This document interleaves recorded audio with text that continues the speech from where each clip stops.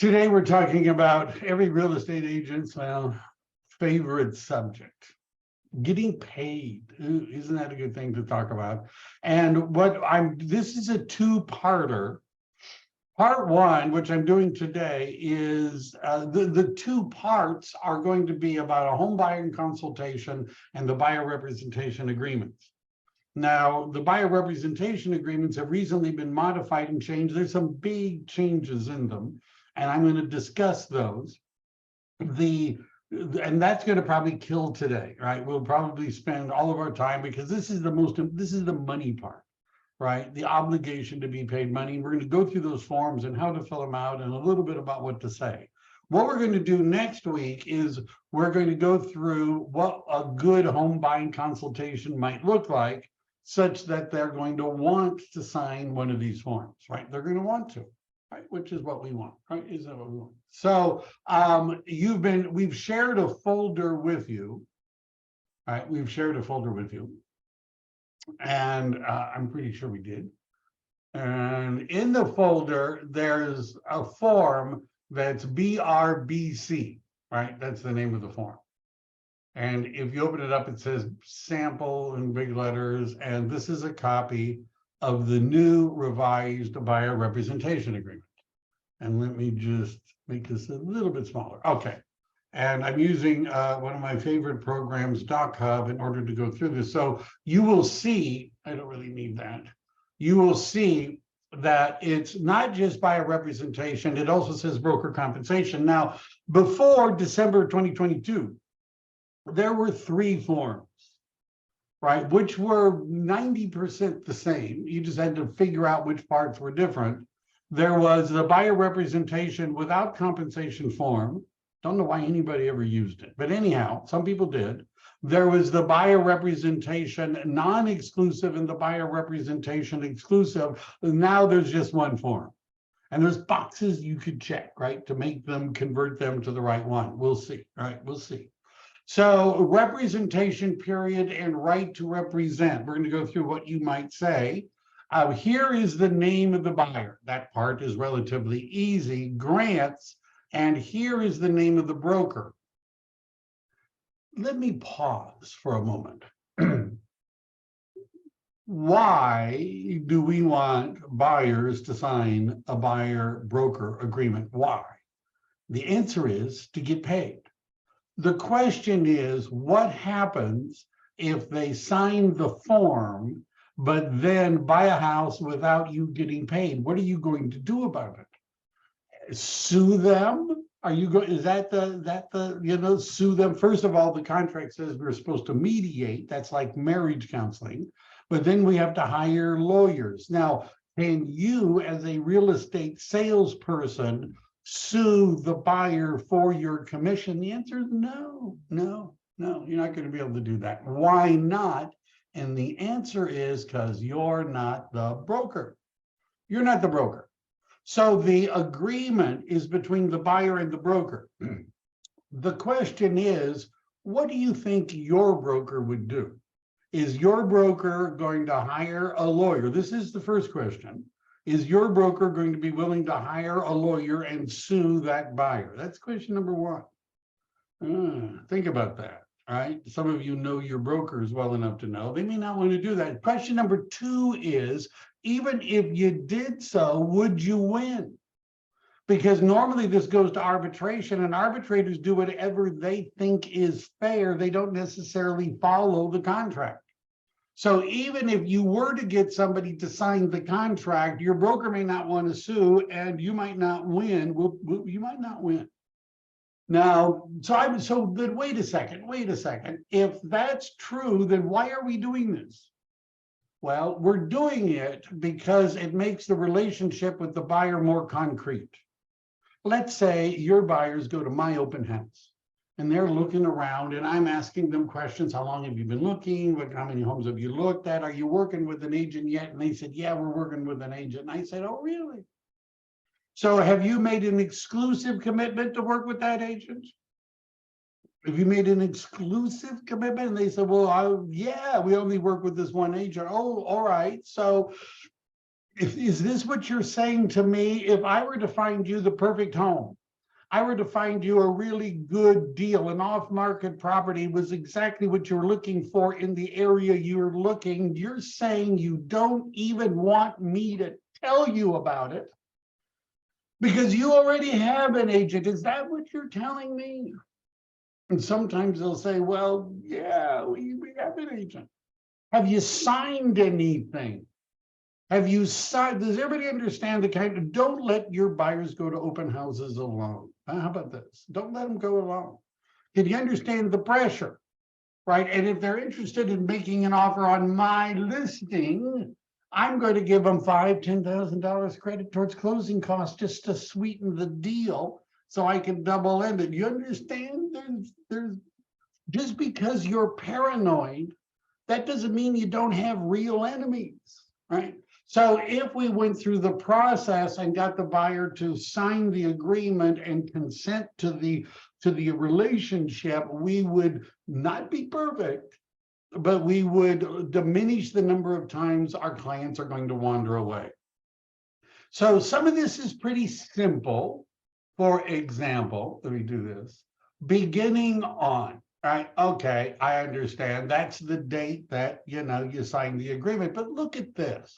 Ending on, notice how it breaks it down, ending on so many days. Notice that. That was a recent change.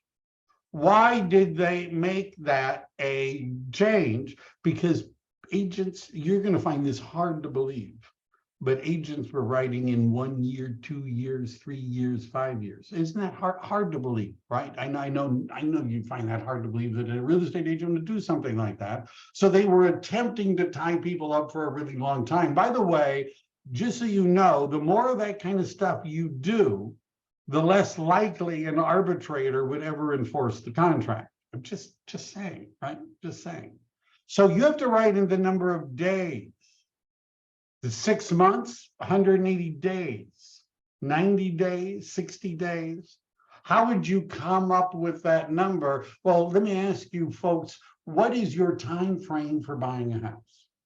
Right? If I found you the right house this weekend, are you willing to ready to make an offer? Great. So when do you want to be in your new home? Wonderful. So we would make it sort of, jive that. By the way, I've learned, I've gotten people to fill out these forms.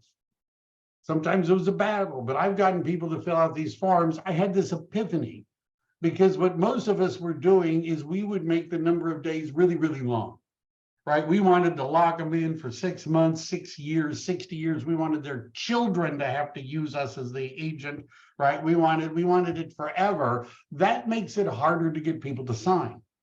I realized that it was a lot easier to make it a smaller number. Hey, 2 weekends. Give me 2 weeks to work with you. And if you don't like it at the end of the 2 weeks and you don't think that what I'm doing is worth making a commitment to me, then after 2 weeks, you can go work with them. I'm only asking you to make a commitment for 2 weeks. And if you're happy, we can extend it.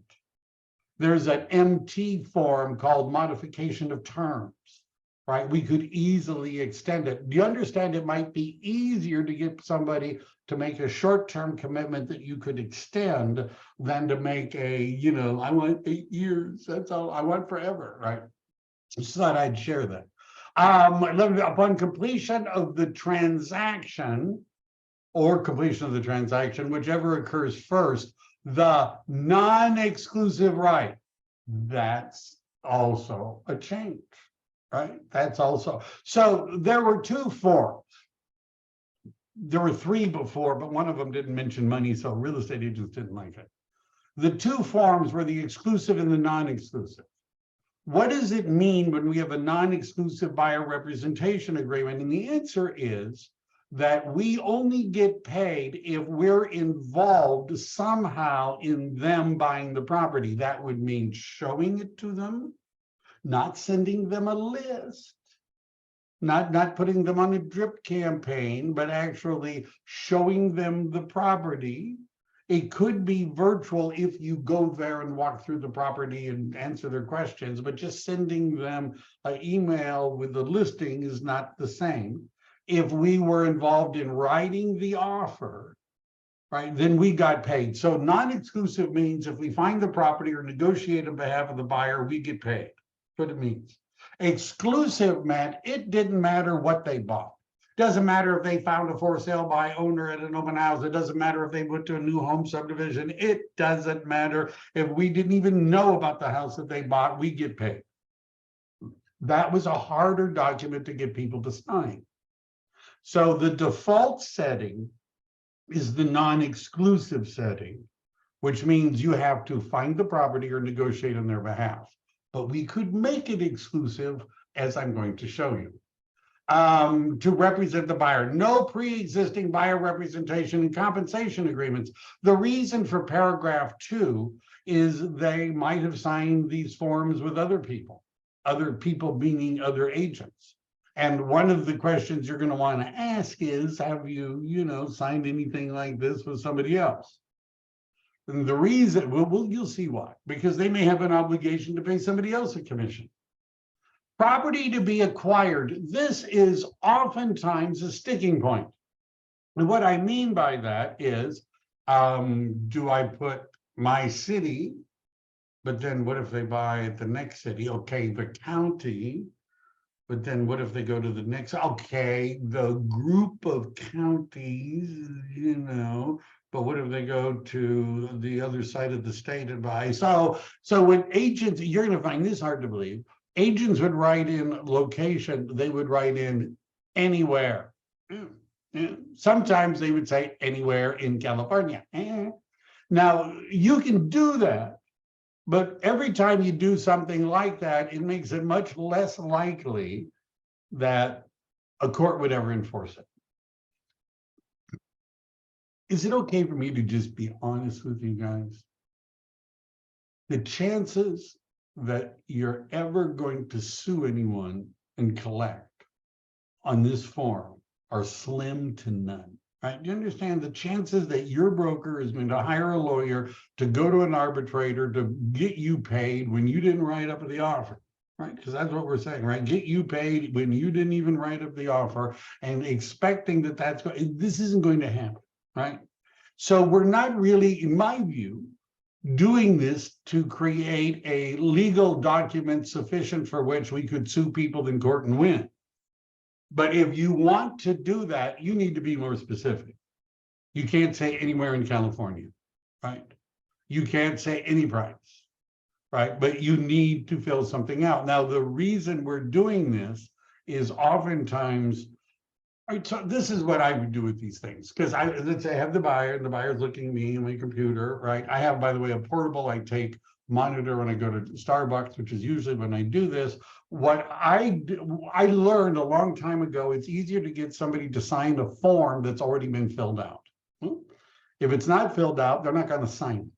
So part of the process is filling out the form. So I would say, these are easy questions. So what areas would you consider? Okay, well, any other count? What about another? Okay, right?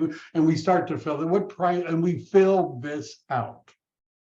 Now, technically, if they buy something that doesn't fit the criteria, we are not, the buyer representation agreement doesn't work. Right, but then we're not going to sue anyone anyhow. It could be for specified properties only. That's here in B, specified properties. This is what you might use if you were showing off market. That means non-MLS properties. Here we go. Compensation to the broker. This is the part you've all been waiting for. These magic words in 10-point boldface type are required by the California Civil Code. And if these words are not there, then it's not a binding agreement to pay an agent a commission. Buyer agrees to pay. Now, how do real estate agents generally get paid when they close a real estate transaction? Is it that the buyer writes them a check? The buyer adds it to their loan amount? Or you're usually paid from the seller's proceeds shared by the listing agent. So just to be clear, what this document does is it creates an obligation on the buyer to pay a commission. Now, applies unless 2 or 3 is checked. Do not check both.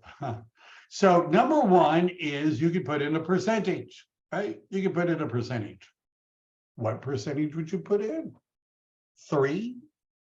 How many of you wish that you got 3% every time you sold a house? Huh? How about 4?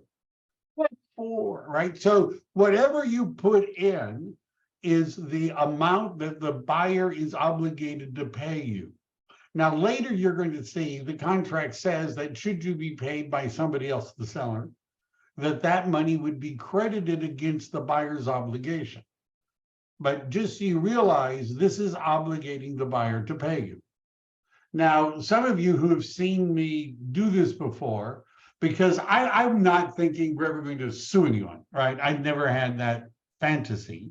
I simply wanted to go through the process to make them more committed. So what we can do is on the line 2 here, and I would write in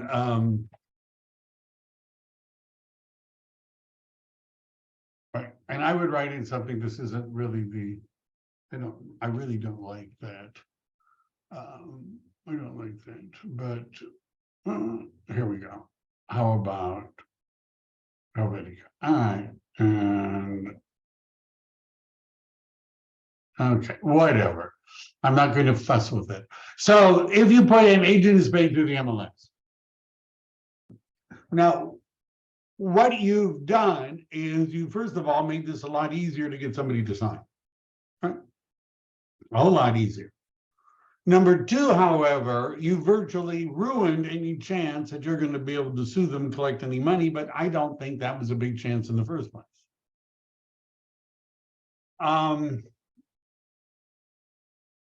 What if the MLS says you're only going to get $1,500? What if the MLS says 1.5, 2? So one thing to think about, right, before we do this is there a minimum amount that you're willing to work for? You could put that here, right? So you might say, I want 2.5, 2%, whatever. Now, let's say I put in 2.5. This is always the sticky part of this. This is always the sticky part, because let's say I put in 2.5, but the MLS says only 2. We're going to talk about that. But what happens if I put in 2.5 and the MLS says 3? We're going to talk about that too.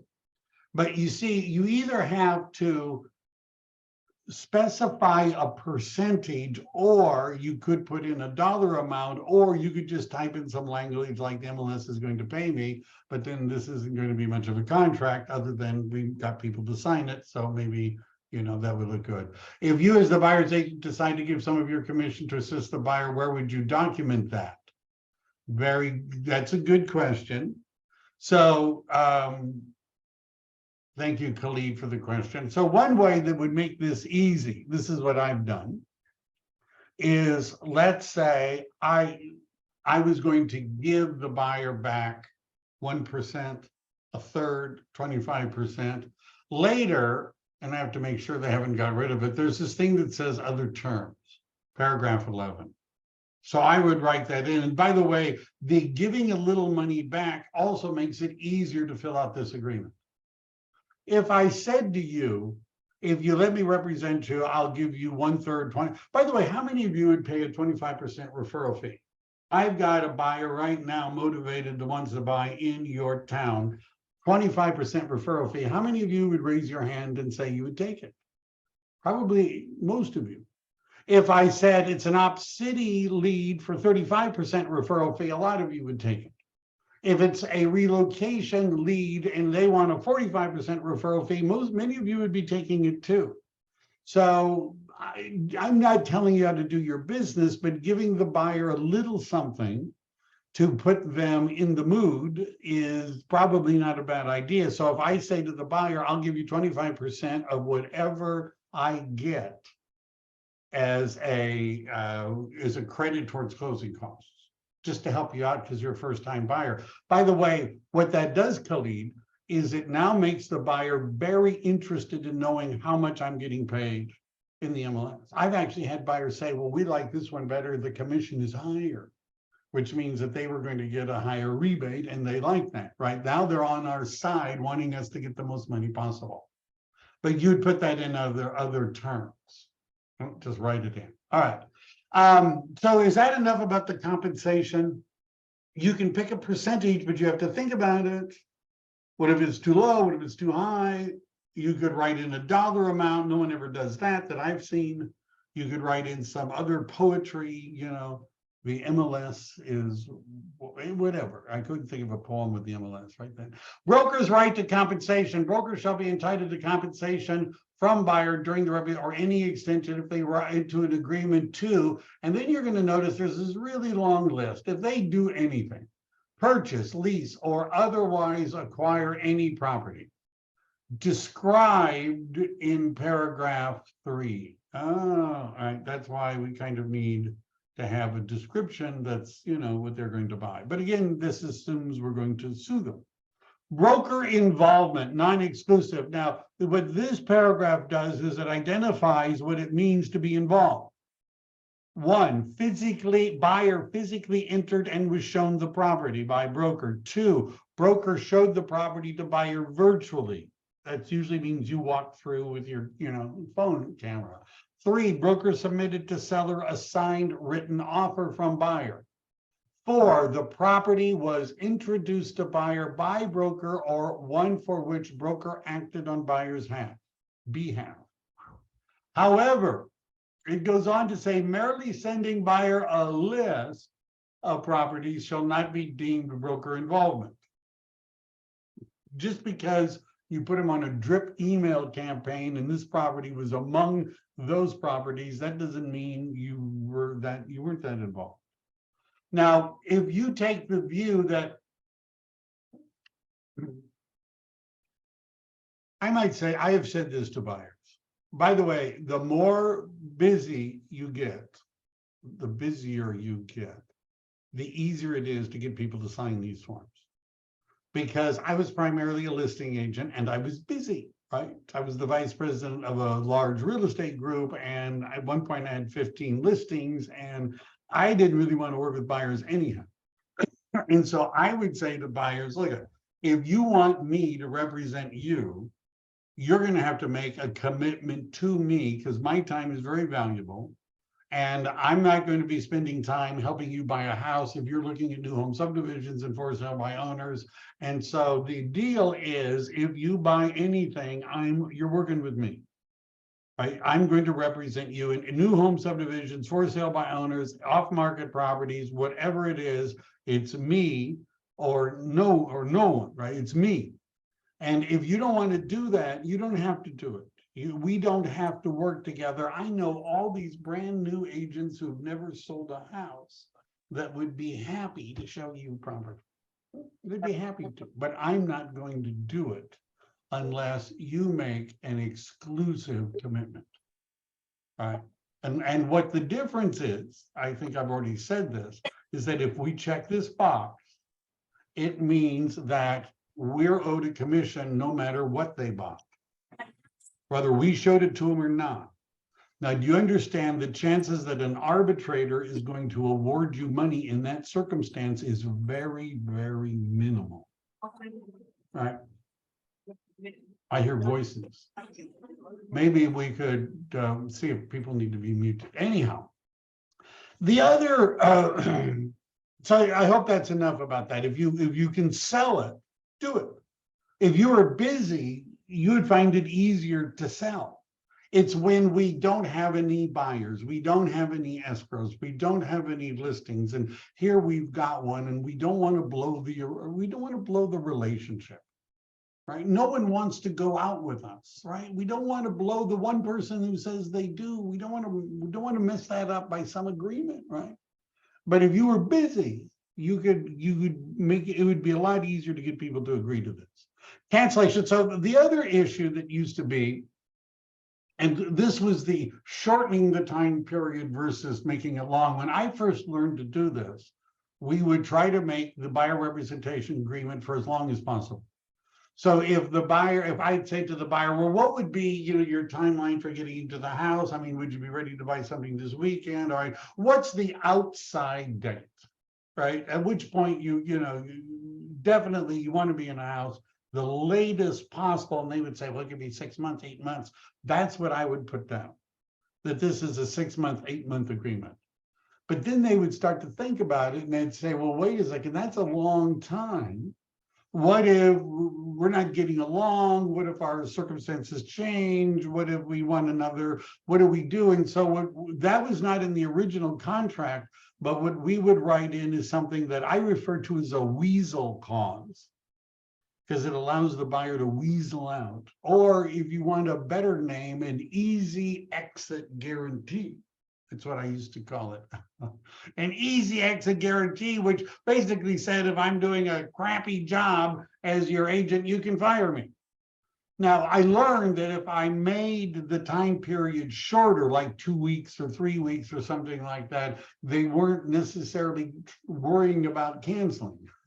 But if you make it for a long time, what about canceling? Well, notice they have added, they being the California Association of Realtors, the lawyers have added a cancellation, because what agents were doing is they would sign people up for 2 years with no right of cancellation, and it was exclusive if they bought anything, and then the agent wasn't doing anything but sitting around waiting for them to buy something so they could claim a commission, right? So either buyer or broker can cancel the agreement by giving written notice.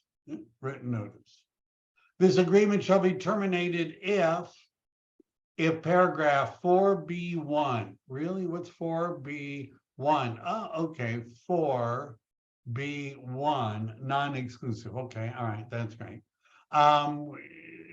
If 4B1 applies upon receipt of the notice, they can fire me at any time. Or we could write in a number, so many days after receipt. I would probably go with that, 7 or something like that, 5 something. If 4B2 applies, 4B2 is the exclusive representation, 30 days after receipt of such notice. And then there's this broker involvement form, which I'm going to talk about. You would, if they bought something during that time period, you'd still get paid. Accounting for payment to brokers. Usually when I'm explaining this, I roll this up to the top, but I'm doing it in order this time. If anyone other than buyer compensates the broker, MLS, listing agent, seller, that amount shall be credited. Now, this is something you would point out. And by the way, you'd point out to them that their obligation to pay the commission is subject to a credit from whatever the MLS says. If third-party payments received exceeds buyer obligation, excess amount shall be, all right. So let's say you put in 2% is what you want. 2.5, I'll do 2.5, I'll be optimistic. So here you wrote in 2.5%, right? 2.5%. What happens is you're showing a property and the MLS, God bless the listing agent, says 3%. So the obligation the buyer has to you is 2.5, but you're actually getting 3. What happens? The default setting is it's paid to the broker. That was true in the old form. It could be credited to the buyer. Why would you do that? To get them to sign this form. So in answer to Khalid's question, this isn't exactly the same. This isn't like a percentage, but I could say, I want 2%, anything I get above that, I'll give to you for, closing costs. What that does is it gives the buyer an incentive to get the commission up. But you're only getting 2. You understand? I'm not telling you to just take 2. I'm just giving you some examples. Authorization to include commission and offer. This is new. I know you guys study extensively the National Association of Realtors Code of Ethics. I know you do. And in the NAR Code of Ethics, there's been a segment that essentially says that as a real estate agent, you cannot use the purchase agreement to change the MLS offer of compensation. That's what it said. And so as a result, the whole discussion of commission was left out of the residential purchase agreement. This is changing that. And we'll look at the form. There, and I went through this when I went through the RPA. There's now a little box that you can check that says we're asking the seller to pay more of a commission. Now, I have on occasion where it said 2%. You see how many offers are there going to be? Are there multiple offers? Is your offer any good? Let's say you have a really great offer and there aren't multiple offers and it says 2%. And the buyer is obligated to pay 2.5%. We could ask the seller to pay the other half.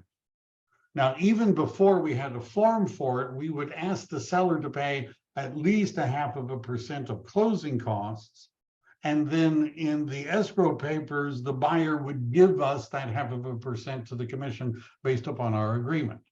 But now they cut out the middleman and put it in the purchase agreement where you can check a box saying the seller agrees to make up the difference. There's a form, which I shall refer to soon. Additional broker right of compensation. If you're working with another agent, you need another broker, another office, you need to fill that out. I'm not going to spend a lot of time on that, I don't think. Disclosure of anticipated payments to broker.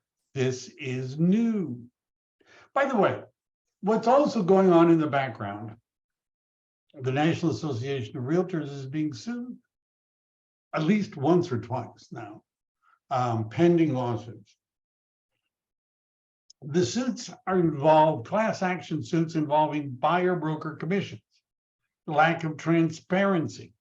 You may have noticed that our friends at Redfin and elsewhere are starting to include what is the actual commission amount that you're getting as an agent. They're including it. So because if you have a buyer-broker agreement and because there's a credit of what's in the MLS, what this is saying is that you're going to disclose to the buyer how much the commission is on the properties you're showing the buyer, particularly if you're going to write an offer. You're going to tell them what the commission is. Right. Broker, prior to writing an offer, or prior to showing, let's just say, writing an offer, I wouldn't change that, will disclose to buyer the amount of compensation broker expects to receive. This is a 2.5%, this is a 2%, this is a, by the way, when I was doing this, and I would give them the difference between a baseline and the maximum, they were always saying, how much commission is on this one? Ooh, that's good, that sort of thing. Broker independently or through escrow will disclose the final compensation. Buyer is responsible for payment if the third party does not pay, right? Which would be the listing agent, I guess. That doesn't come up very often. Timing of compensation.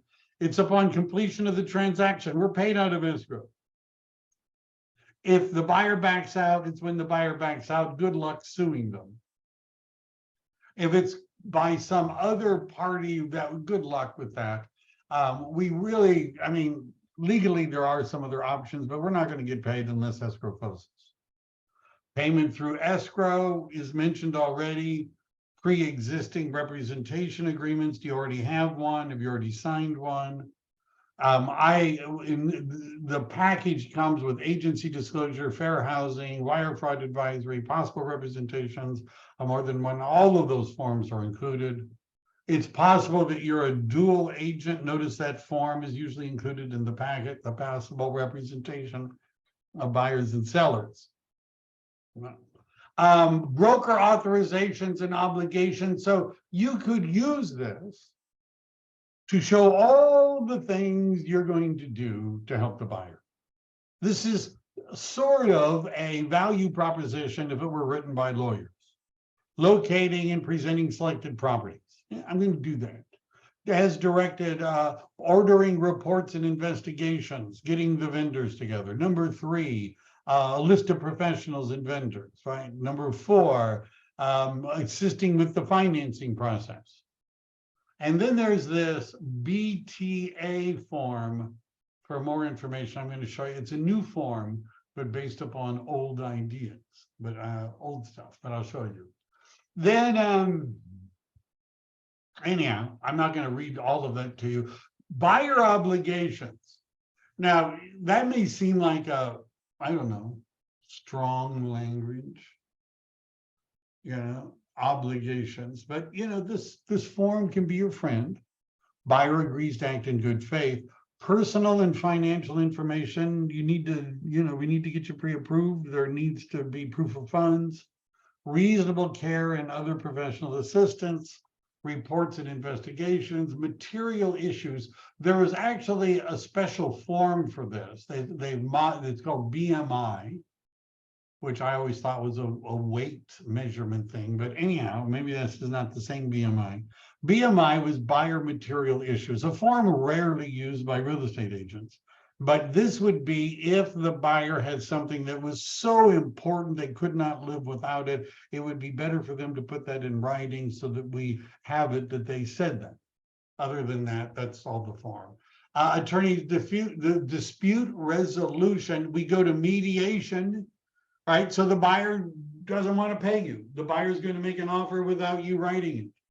Some other agent is showing them the property. The listing agent's getting both sides of the commission. What are you going to do? We'll talk to your broker, hire a lawyer, ask for mediation. Right? Mediation is like marriage counseling. You don't have to do what the marriage counselor says. You don't have to do it. And then if that doesn't work, you go to arbitration. This is the entire agreement. They've updated this so that you could have entity buyers, LLCs, as an example. One of the most common, there's a place for the buyers to sign. I'm not going to go through all that. The buyer transactional advisory, BTA. What is this? All of a sudden it appeared in zip forms.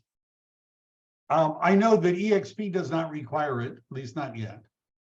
In the buyer representation without compensation, the exclusive and the non-exclusive, the 3 previous forms, there were a couple of pages of just advice.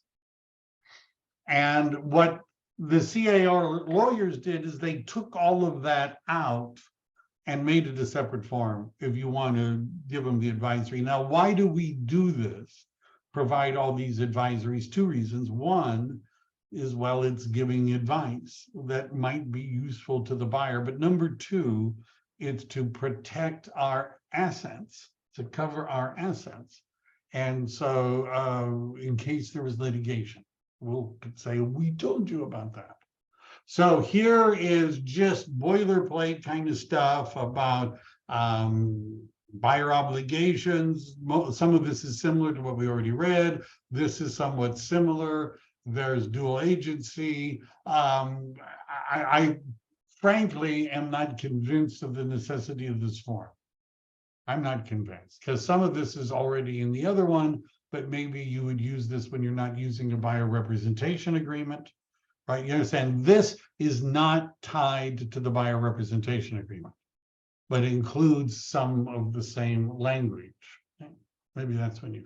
Buyer's investigation advisory means that this is just a boilerplate thing, standard, but hasn't changed a lot, that you ought to think about it and have an inspection contingency. What else do we have? California consumer privacy disclosure. Okay.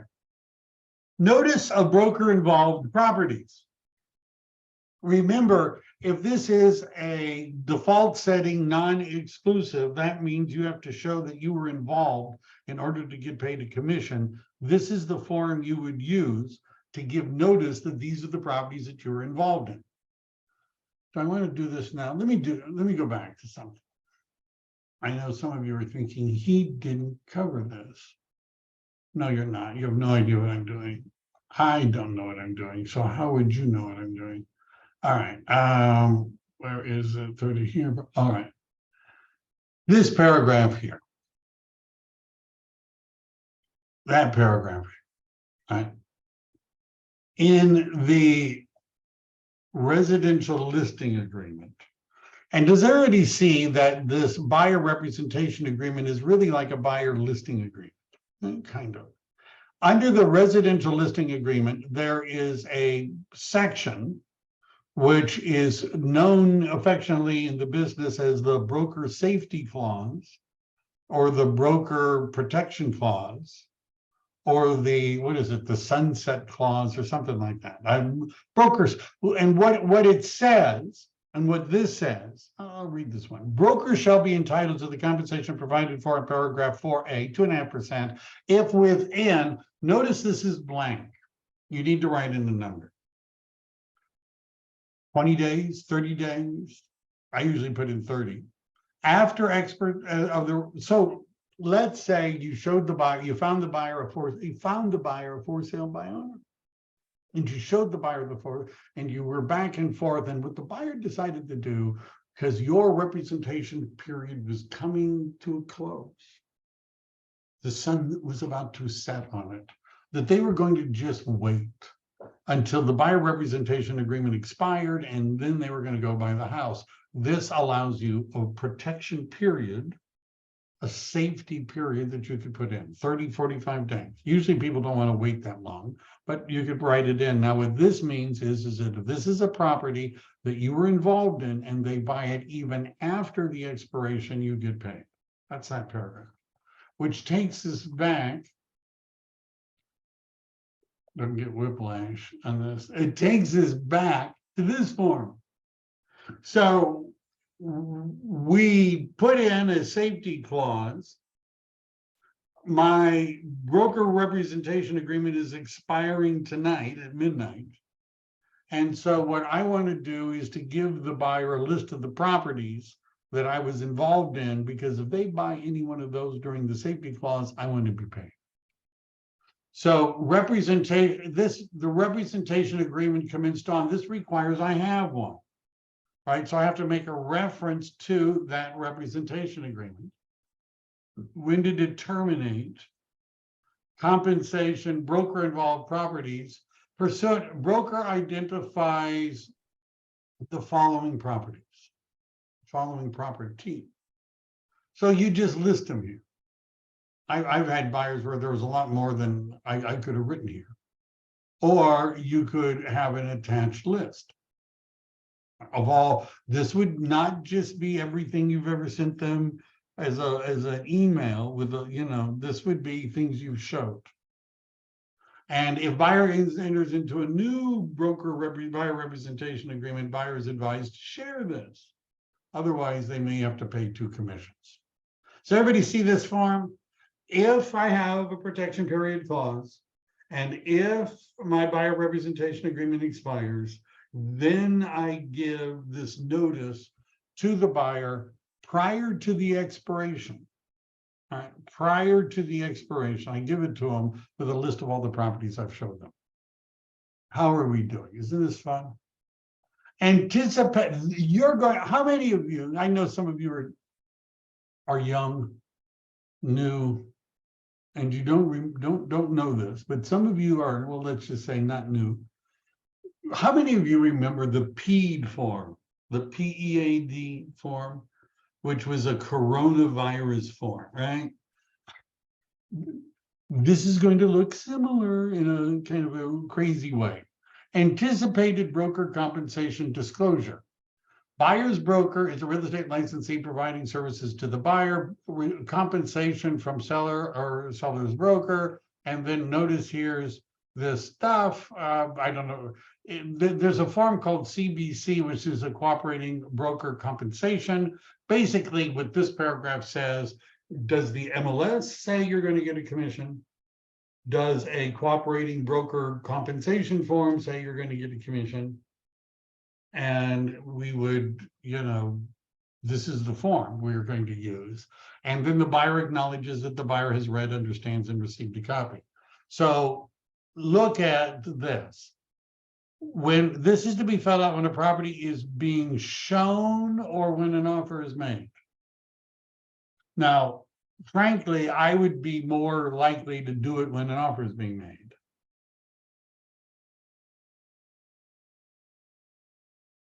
Why don't we just, this would be a good quiz question, you know, like a poll question, a quiz question. And you guys look, you know, like you're into it. Maybe you'd like to tell me what your answer is. Why don't we just show the buyer the full MLS printout, which includes the percentage? Why don't we just do that? Anyone have a idea?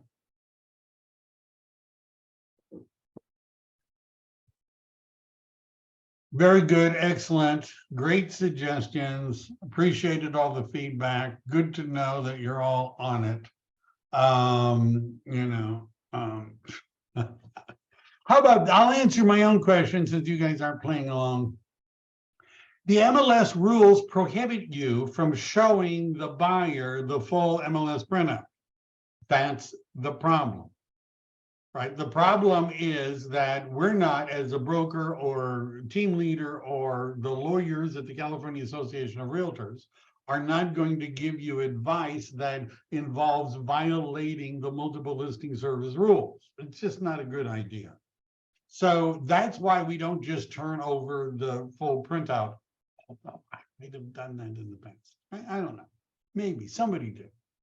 So what we would do, instead of giving them the full printout, is we would give them, we'd fill out this form with the property addresses and tell them how much the compensation is and whether or not it's from the MLS or the cooperating broker compensation form or some other source.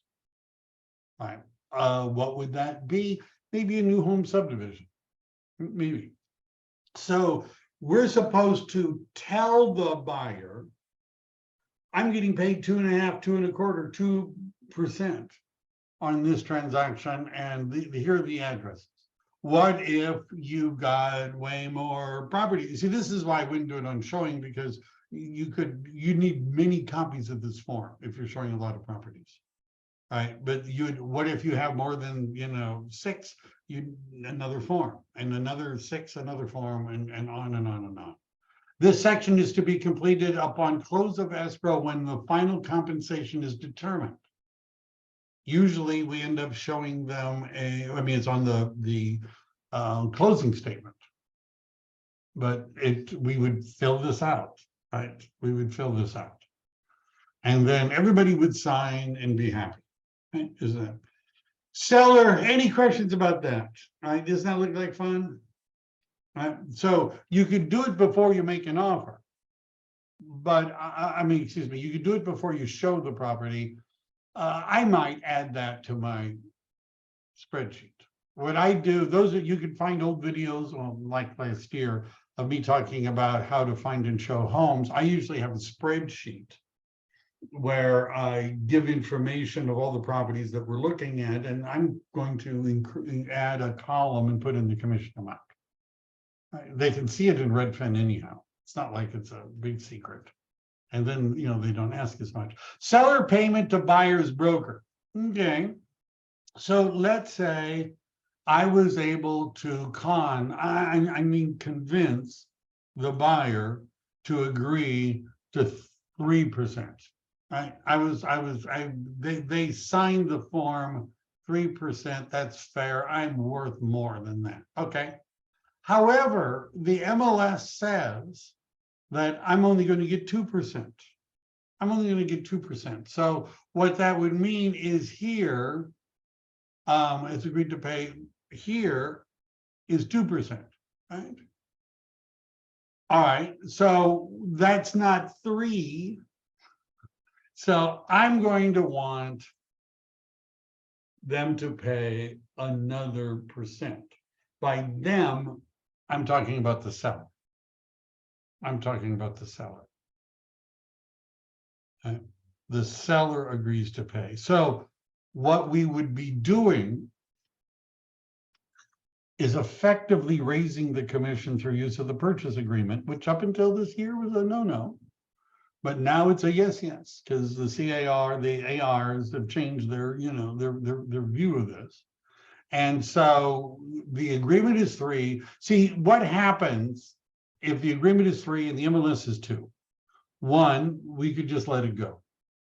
What should we do? We should do an MT form, which is a modification of terms form, which we could do for this particular property. I was doing this on a property by property basis. So if mine said 3 and the offer said 3, the MLS said 3, I wouldn't say anything. If the MLS said 2.5 or 2, then we were working on getting the buyer a credit from the seller to make up the difference. That's what this is about. All right.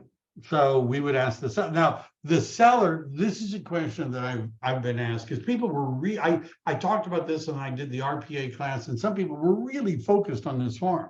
And one of the questions that they asked me, real estate agents can be sneaky, because if in the RPA, do I have a copy of the new RPA form? If in the RPA, let me just do this. In the RPA, there is now a little box you can check. And the box, I'll show you what it says. What the box says is that the seller agrees to pay a percentage of the commission. Do I hear it? Do I have it? Do I have a picture of it that I could show you? Maybe I don't. Payments by other brokers. Here we go. All right. Let me just pull this up. Come on. So see down here in the very bottom, if RPA 3G3, I covered this last week. This is the residential purchase agreement. You see this little box, seller agrees to pay the obligation of buyer to compensate buyer's broker under a separate agreement, CAR form SPBB, that's what we just went through. Seller's broker's offer, if any, to compensate, but is unaffected unless otherwise agreed. So this is the sneaky real estate agent thought. If I write an offer and I attach this form to the offer with this in it, and the seller accepts the offer but doesn't sign this form, do I still get the credit? And the answer is no. All right, because the seller would have to agree to this individually, separately, purposely. Right, just accepting your offer when you've attached this in and of itself isn't going to do it. They would have to sign it. Right. Cancellation of buyer's representation. This is a new form where the buyer can actually say, I'm canceling you. I don't like going with you to look at properties, whatever. And so usually it's the buyer who gives notice to cancel. Effective date, you could write that in.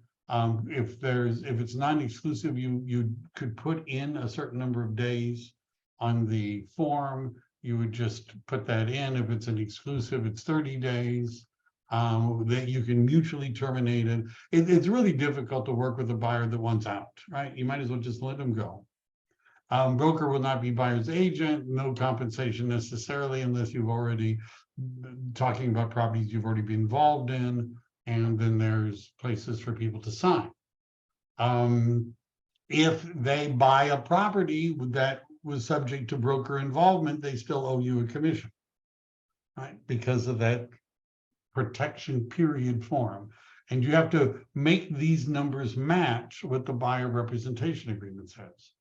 And you could check boxes. I want expenses. I want a referral fee. I want compensation, whatever, right? But this is things you could work out on the cancellation. And that, I think, brings me to the end of to the end of this. I don't know why that one was there. I've also included, for those of you that are, really nerdy about this, a copy of what the Association of Realtors put out about it, which has got some of their marks and things like that. But I did what I thought was fun. All right. How are we doing? Questions? Let me see. There's chatting. Now, again, those of you that have joined recently, what we've all agreed to do, every one of the people so far that's been on this call, is they're going to go to that link that I pasted in, and you're going to vote for me, let me speak, right? And you can do it 10 times. It's only until the 29th. So I'm expecting to see my numbers going up, or I'll be, I'll get you. Does everybody see that? Was that subtle? Raw is probably going, oh my God, I can't believe. Shameless self-promotion. It's 10 a day. How do we know which extra forms like NBIP and ABCD to section 10? That part confuses me. So the NBIP is only something that we would give if we were going to be, if we had a buyer representation agreement and it expired, and in that protection period, 30 days, 60 days, whatever you write in, we're giving them a list of properties that we've been involved with. That's the only time you would use the NBIP form. If there's a protection period, if you have an expiring buyer representation agreement, to show them what other properties. The ABCD form, which, and by the way, none of these forms are legally required by, the California Association of Realtors. Is it required by your broker? I don't know. Where's the ABCD form? Is it here? Where is the ABCD form? BTA, ABCD, that's one. All right, so this is if you have a buyer broker agreement and you're showing property or writing offers, that you disclose officially to the buyer the amount of commission you're getting. Right? If you have a buyer representation agreement and the buyer is obligated to pay a certain percentage, 2.5%, every time you wrote an offer, you would want them to sign this form so that they knew what the commission would be. NBIP only for an expired representation agreement to give them a list of properties you've been showing them. Anticipated broker compensation is only when you're writing an offer, assuming the buyer and you have a buyer representation agreement with a percentage in it. All right. I voted, please share a link to vote again. We would be happy to do that. Okay. Other questions about this? Thank you, Juan. I appreciate it. Voting for me. Thank you very much. So what we're going to do next week is we're going to discuss what would you say to somebody about getting a buyer to sign this form. What would you say? This is what I often get. Agents will say to me, I have somebody and they want to look at a home tomorrow, so I'm going to be showing them, meeting them for the first time. Should I send them a buyer representation agreement now? I wouldn't, right? You haven't even met them. Right, you want to have an appointment, even if it's at a coffee shop. That's where virtually all of my buyer appointments, I noticed over a few years when I look back, like virtually all my buyer appointments were at Starbucks or Pete's or something like that before showing property, where we could go through and discuss this. Right? You want to do that. So you're going to have to explain to someone, a buyer, why it's in their best interest to sign this form. The fact that it's in your best interest does not mean it's in their best interest. You're going to have to figure out how to say that. And that's what we're going to talk about next week. What do you say? What magic word would you use? Realtor Stylist Jackie. Hello. All right. I hear people, you're already making phone calls. So everybody has a link to vote for me. Thank you very much. By the way, if you would like to have somebody like me helping you with your transactions, helping you with forms, I'm a certified trainer for the California Association of Realtors on forms, as well as certified for zip forms. I have a really good program going on right now with members of my Mega Icon team at EXP. If you're not at EXP and you would like to make more money in real estate, reach out to me. If you are at EXP, but you're not, working with me, reach out to me. Let's talk, right? That was my plug for the day. Are we okay, everyone? Any questions? I have a question, Mike. Okay. Yeah, so you mentioned the NPIB form should be filled out when your buyer broker agreement is about to expire, correct? Right. What's wrong with well, they might not sign that, right? So my thought was, why not include it at the very beginning as of the buyer broker agreement, but leave it blank, but have them docu-sign it, and then when it's about to expire, you just fill in the properties that you've shown. Would that make sense? Well, yeah. First of all, if you use a calendar system, you should be able to show which properties you've showed. Right. Right. You should be able to keep I could keep a record of that. And we don't, although the form has a place for the buyer to sign, the wording of the law in these things doesn't say they have to sign it for it to be effective. All it says is that you have to tell them in writing of what properties you're involved in. Right, but they have to sign that NBIP. But what if they don't? It doesn't change the fact that you gave it to them. All right, okay. Right. What I'm saying is that legally, your doing this is enough. Right. So this is simply saying, I acknowledge receipt of a copy of this notice. They could say, I ain't going to sign it. Well, does your system show that you created the form and emailed it to them? Do they, when they tell you they're not going to sign it, does that not indicate they have a copy of it? All right. And all that you're required to do is provide them a copy. It doesn't say that the buyer has to sign your list. Okay. Because if it said that, because this is when it's about to expire, there's a lot of them that won't sign anything at that point. Well, that's why I want to put it up front as blank and then fill it Well, in. but as blank, no, don't worry about it. If you don't, having people sign blank contracts has its own issues. What I'm saying is that if they refuse to sign it, it doesn't affect the viability of this form. Okay, got it. Right? The form does not require the buyer to sign it. It is not an agreement on the buyer. It is an acknowledgement of a receipt. Whereas if you have email tracking or you got a communication back from them that made it obvious that they got a copy of it, that's all you need to do. Okay, great. That answers my question. Thank you. Yeah, they don't always sign stuff at this point. Yep. All right. Wasn't that fun? Wasn't that just fun? Next week, we're going to talk about, and I have this special class coming up. It's going to be really fun. It's about technology and how to plagiarize like you never imagined. Right? It's going to be fun. But that'll be in a week or two. Right now, have a great day, everybody. Vote again. Vote tomorrow. Don't forget. Have a good day. Bye, everyone.